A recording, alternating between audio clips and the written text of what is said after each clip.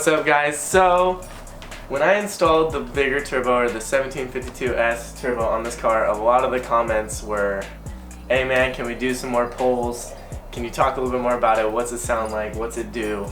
And so today's kind of the day where we're going to address kind of an update video for you and see what else I did do to the car, because there is some minor changes that have happened since the multi-air spring video. So we're going to go over that right now. So starting right from the front, I went ahead and hit up Oma Racing. He's on Instagram. Be sure to put him in the description because he's awesome. Got a 3.5-inch front splitter, fully chassis mounted. The splitter does go 20.5 inches all the way to the back, so it's not just some fake aesthetic piece. Everything's chassis mounted. So that's going to be really nice at the track having that.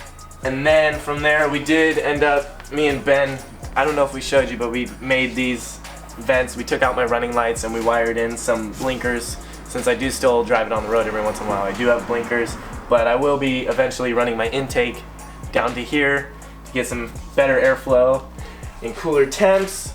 And then if we move to the side, we do have some new side skirts. So these are about 3 inches too, but they are adjustable, so you can move them out as far as you want. I just went ahead and did this distance because it worked best with the front and the way the tire sits. And then after the side skirts, it's interior stuff. So we did some door cards. I made those with Ben a few times. It took a few tries to get them how I wanted them. Got them done. You can see my handle's missing. I did order a new handle because that was broken when we were removing the interior. And yes, when I say removing interior, I do mean removing interior. It's gutted now. So everything's gone. All the speakers are out. Every panel from the back is gone. Tucked as much wiring as I could to make it look as clean as possible.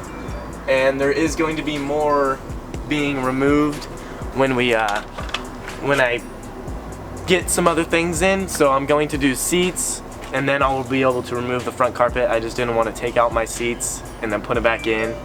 So once I get new seats, I'm gonna get some saw belts.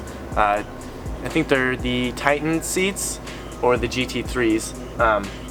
Throw those in, remove the rest of the interior from there. I'm gonna be doing AC condenser removal, but I have to get a new belt for that. And the radio, the rest of the radio will be gone. Hopefully get some new gauges, get some more readings for me. And then it's pretty much done from there. I did order the Assetto Corsa wing, but I've been waiting about a month for it because they're made to order. So when that comes in, I'll be installing that. Hopefully, I heard it's a pain to install, but that's pretty much everything that we've done to the car lately.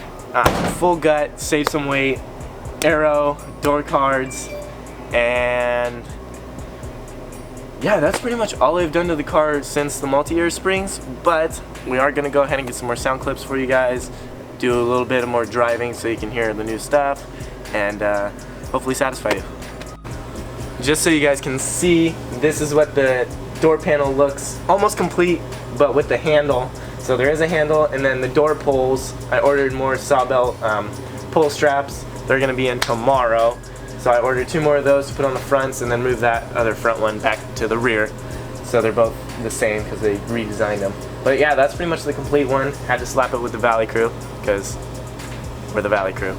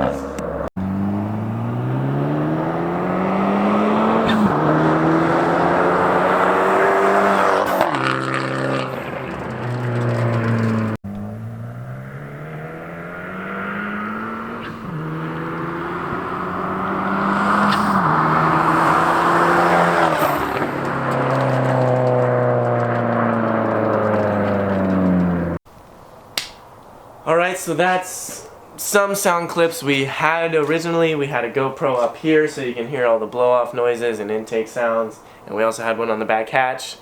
But the GoPro's being super weird right now and we don't know what's going on, so all the sound kind of got messed up and you can't hear anything. But we got some outside clips with the real camera and some inside clips with what we could do. If not, just check out the autocross video. You'll be able to hear what it actually sounds like there. There's in-car footage and out of car, so you can get kind of a sound glimpse of that. And in February, me and Trey will also be going to the Auto Club Speedway, so you'll be able to hear it then and see it in all its glory. So I hope you liked with whatever we gave you. But stay tuned for more videos. Subscribe, please, and hit the little bell so you know when we post. Thank you.